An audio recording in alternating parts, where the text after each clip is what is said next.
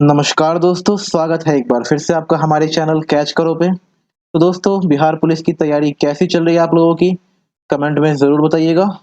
तो आज की वीडियो जो है वो है इंग्लिश सब्जेक्ट के ऊपर। मतलब बिहार पुलिस के सिलेबस को आपने तो देख ही लिया होगा, तो उसमें जो है इंग्लिश का पोर्शन। हाँ, तो इंग्लिश में आपको 7 से 8 क्वेश्चन जो है, यानी इंग्लिश का जो वेटेज है वो 7 से 8 क्वेश्चन्स का है। तो उसी के सिलेबस के बारे में आज हम बात करने वाले हैं इस वीडियो में। कि इंग्लिश में आपको कौन-कौन से टॉपिक्स पढ़ने हैं, पूरा इंग्लिश ग्रामर आपको नहीं पढ़ना है, ठीक है? तो कौन-कौन से टॉपिक्स पढ़ने हैं, उसके ऊपर ये वीडियोज़ है और कौन से टॉपिक्स नहीं पढ़ने हैं, वो आप समझ जाएँगे, ठीक है? आप और कोई नेगेटिव मार्किंग है नहीं। और ये 7 से 8 मार्क जो है, ये 7 से 8 नंबर बहुत मायने रखते हैं, क्योंकि 1 नंबर से भी किसी का सिलेक्शन छूट जाता है। तो ये जो नंबर है, ये बहुत ज़्यादा मायने रखते हैं आपके लिए। तो ज़रूरी है कि आप इंग्लिश की तैयारी भी बहुत अच्छे से करें। दोस्तों, आज हम बात करने वाले हैं चक्षु प्रकाशन की नई पुस्तक बिहार पुलिस कांस्टेबल गाइड के बारे में। अगर आप पुलिस की जॉब में अपना करियर बनाना चाहते हैं तो इस पुस्तक के लिए तैयार हो जाइए। इस Bihar police constable guide book के द्वारा चक्षु प्रकाशन ने बिहार पुलिस कांस्टेबल परीक्षा की तैयारी को काफी आसान बना दिया है।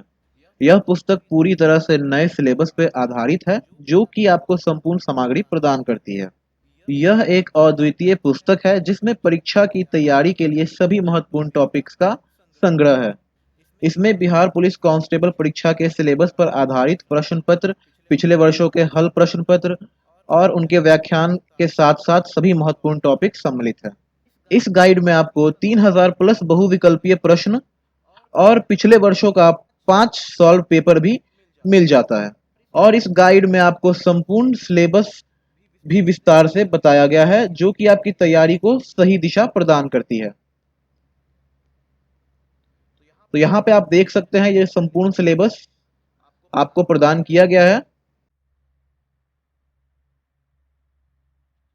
और अगर आप अपनी तैयारी को सफलता में बदलना चाहते हैं तो आपको प्रैक्टिस सेट पेपर भी लगाने होंगे।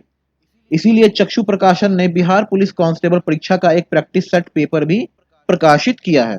यह प्रैक्टिस सेट बुक आपके बिहार पुलिस कांस्टेबल परीक्षा के वास्तविक परीक्षा पैटर्न पर आधारित सभी महत्वपूर्ण टॉपिक्स को कवर करता है और आपको बेहतरीन तैयारी प्रदान करवाता है। इस प्रैक्टिस सेट बुक में आपको 5 सॉल्व पेपर, 2450 प्लस बहुविकल्पीय प्रश्न और 20 प्रैक्टिस सेट पेपर्स आपको मिल जाते हैं, जो कि लेटेस्ट परीक्षा पैटर्न पर आधारित है। आप इन प्रैक्टिस सेट्स के माध्यम से वास्तविक परीक्षा का अनुभव ले सकेंगे और अपनी कमजोरियों पर काम कर सकेंगे। तो आज ही अपने नजदीकी शॉप या ऑनलाइन इस पुस्तक को खरीदें और अपनी तैयारी को सफलता में बदलें। पुस्तक को ऑनलाइन खरीदने का लिंक आपको डिस्क्रिप्शन में मिल जाएगा। तो चलिए, इस एग्जाम का जो लेवल रहेगा वो 10th का लेवल ही रहने वाला है, ये आपको बता चुके हैं हम, ठीक है? तो अब देख लेते हैं हम सिलेबस के बारे में। सिलेबस में आपको ग्रामर से पूछे जाते हैं, ठीक है? और वोकैब्युलरी से पूछे जाते हैं और कॉम्प्रिहेंशन से, ट्रांसलेशन से और राइटिंग से। इन सब टॉपिक से जो है आपको इंग्लिश में क्वेश्चंस देखने को मिलते हैं, ठीक है? और ये जितने भी टॉपिक्स आप यहाँ पे देख पा रहे हैं, ये प्रीवियस ईयर के क्वेश्चंस को देख के मैंने लिखा है यहाँ पे। मतलब किसी किसी एग्जाम में किसी से आए हैं, किसी से नहीं आए हैं, ठीक है? तो इस तरीके से जो है आपको इन सभी को तैयार करना है। मैं बता दूंगा कौन ज्यादा इंपॉर्टेंट है, कौन कम इंपॉर्टेंट है। जैसे कि फिल इन द ब्लैंक्स हो गया। तो फिल इन द ब्लैंक्स में क्या है गाइस, कि आपका पूरे ग्रामर से कहीं से भी कोई भी नाउन से हो सकता है, प्रोनाउन से हो सकता है, वर्ब से हो सकता है, आर्टिकल से हो सकता है, ठीक है? या फिर किसी भी चीज से आपका जो है फिल इन द ब्लैंक्स का क्वेश्चन बना दिया जाता है, ठीक है? तो इसके लिए फिल इन द ब्लैंक्स के लिए आपको ग्रामर आना चाहिए। तो इसलिए आपको पढ़ना ज़रूरी है फिल इन द ब्लैंक्स बनाने के लिए। और ये जो है फिल इन द ब्लैंक्स का वेटेज जो है 1 से 2 क्वेश्चन आपको फिल इन द ब्लैंक्स से देखने को मिल जाते हैं, ठीक है? पार्ट ऑफ स्पीच से आपको नाउन हो गया, थोड़ा ज़्यादा आपको अच्छे से पढ़ना है नाउन के बारे में। फिर प्रोनाउन हो गया, वर्ब हो गया, एडजेक्टिव हो गया, एडवर्ब हो गया, प्रीपोजिशन हो गया, कंजंक्शन, इंटरजेक्शन, यानी पार्ट ऑफ स्पीच से आपको एक ना एक क्वेश्चन देखने को ज़रूर मिलता है। ज़्यादा ध्यान आपको नाउन पे देना है, बाकी आप चाहे तो एक बार रीड कर लीजिएगा जस्ट, ठीक है? और जितना हो सके उतना आपको जो है प्रीवियस ईयर के क्वेश्चंस लगाने हैं, ठीक है? और हमारे चैनल पे आपको वीडियोस प्रोवाइड होती रहेंगी क्वेश्चंस की। और मैं कोशिश करूंगा कि कोई कोई एक ऐसा टीचर मुझे मिले, अगर आपके नज़र में भी कोई है ऐसा टीचर जो कि पढ़ा सकता है इंग्लिश, तो मुझे आप कमेंट में बताइएगा, ठीक है? वैसे मैं भी ढूंढ रहा हूँ किन्हीं को, तो अगर कोई मिलता है मुझे तो मैं इस चैनल पे फ्री ऑफ कॉस्ट आपको इंग्लिश की पूरी जो है बिहार पुलिस के लिए पढ़वाने की कोशिश करूंगा, ठीक है? चलिए नेक्स्ट आपका टॉपिक आता है टेंस। तो present tense, past tense, future tense से एक क्वेश्चन आ जाता है। किसी साल नहीं भी आया है, किसी साल आया है। ठीक है, आर्टिकल से हर साल क्वेश्चन देखने को आपको मिलता है। इसमें आपको डेफिनिट या इंडेफिनिट आर्टिकल से आपके क्वेश्चन रहते हैं। ठीक है, तो आर्टिकल आपको अच्छे से तैयार कर लेना है। ठीक है, नेक्स्ट आपका है सब्जेक्ट वर्ब एग्रीमेंट, जैसे कि सिंगुलर है या प्लूरल है। ठीक है, एक वचन, बहुवचन। ठीक है, तो इस सबसे क्वेश्चन रहता है, बहुत सिंपल क्वेश्चन रहता है। एक बार किसी भी बुक से आप पढ़ सकते हैं इस चीज को, तो इसका आंसर आप कर लेंगे। ठीक है, नेक्स्ट आपका सेंटेंस स्ट्रक्चर, कि सेंटेंस का जो स्ट्रक्चर है वो कैसा है। जैसे कि सब्जेक्ट हो गया, सब्जेक्ट आप जानते हैं ना, कोई सेंटेंस है उसमें सब्जेक्ट क्या है। प्रीडिकेट, प्रीडिकेट क्या है, सब्जेक्ट के बारे में बताने वाला प्रीडिकेट हो गया। ऑब्जेक्ट हो गया, डायरेक्ट और इनडायरेक्ट स्पीच हो गया, एक्टिव एंड पैसिव वॉइस हो गया। तो इन सब से भी जो है एक ना एक क्वेश्चन आपको देखने को मिलता है। तो ये भी एक इंपॉर्टेंट टॉपिक होता है, लेकिन ये बहुत सारे लोगों को प्रॉब्लम हो सकती है इस चीज में। ठीक है, तो आप चाहे तो एक नंबर के लिए इसे स्किप कर सकते हैं। कोई बहुत बड़ी बात नहीं है, एक नंबर अगर नहीं भी आया आपको तो उतना चल सकता है। ठीक है, तो अगर आप चाहे तो इस पोर्शन को आप स्किप कर सकते हैं, आपके ऊपर डिपेंड करता है। पंक्चुएशन होता है आपका, जो जैसे कि प्रॉपर यूज ऑफ कॉमास, यानी पंक्चुएशन होता है जैसे कि विराम होता है, जैसे कि कहीं पे रुकना होता है हमें सेंटेंस में। जैसे कि कॉमा पे रुकना होता है, फुल स्टॉप पे रुकना होता है। ठीक है, क्वेश्चन मार्क पे रुकते ही हैं, एक्सक्लेमेशन मार्क हो गया। तो ये सब जो होता है विराम चिन्ह होता है, उसे हम पंक्चुएशन बोलते हैं। ठीक है, तो इससे भी क्वेश्चन आपको देखने को मिल जाते हैं। तो ये भी एक बार आप पढ़ लीजिएगा, कोई दिक्कत वाली बात नहीं है इसमें। ठीक है, नेक्स्ट आता है आपका वोकैबुलरी।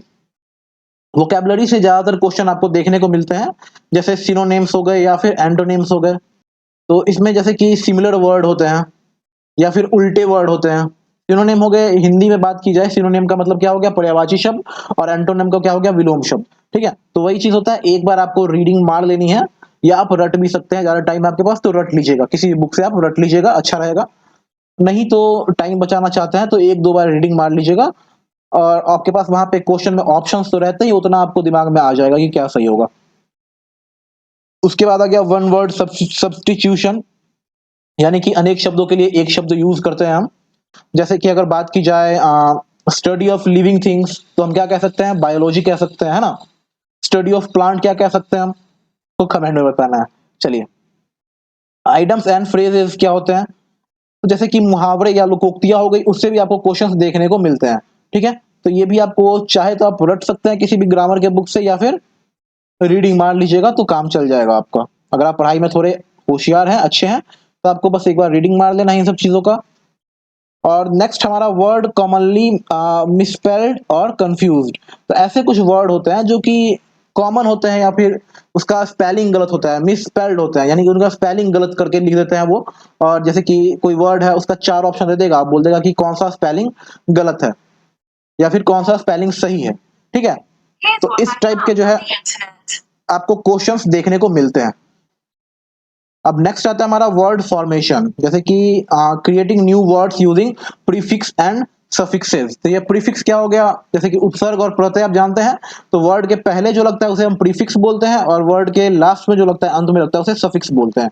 ठीक है, तो इससे कभी कभी जो है क्वेश्चन पूछा गया है इंग्लिश ग्रामर में आपका, तो ये भी एक बार आप जरूर रीड कर लीजिएगा।